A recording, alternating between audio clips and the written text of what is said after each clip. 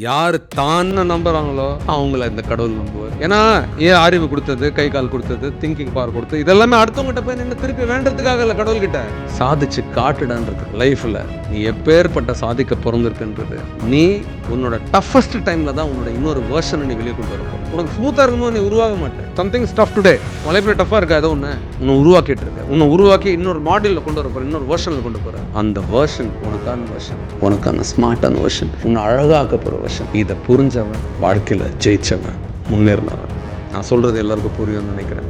அதே சமயம் ஆனால் நீங்கள் 1000 சொல்லலாம், எனக்கு ரொம்ப டஃப்பாக இருக்கு, நான் ஃபீலிங்காக இருக்கு, நான் என்ன நினைப்பேன் இப்போ சொல்கிறேன்டா, நம்பு இருட்டுக்கு அப்புறம் ஒரு வெளிச்சம் காத்துட்ருக்கு. வெளிச்சத்தை நம்பு. இருட்டை பற்றி நினச்சி இருட்டில் மூழ்கி கடைசியில் மூச்சு முட்டி உள்ளே போய் விழுந்து இருட்டிலேயே வாழ்ந்து இருட்டாகவே மாறி இருட்டுக்குள்ளேயே இருந்து இருட்டோடு கலந்து இருட்டாகவே மாறிடுற அந்த மனுஷனாக அழிஞ்சிடாத. திருப்பியும் உன் வாழ்க்கையில் உனக்கான அடையாளத்தை ஏற்படுத்துறதுக்கு அந்த வெளிச்சமே நீ இந்த திருப்பி எழுந்தார. உனக்குள்ளே இருக்கிற வெளிச்சத்தை வெளியே ஏற்றி உன்னோட அடையாளமாக அதை மாற்ற. நிச்சயமாக உன் வாழ்க்கை பிரகாசமாக இருக்கணும். நம்பர். தேங்க்யூ.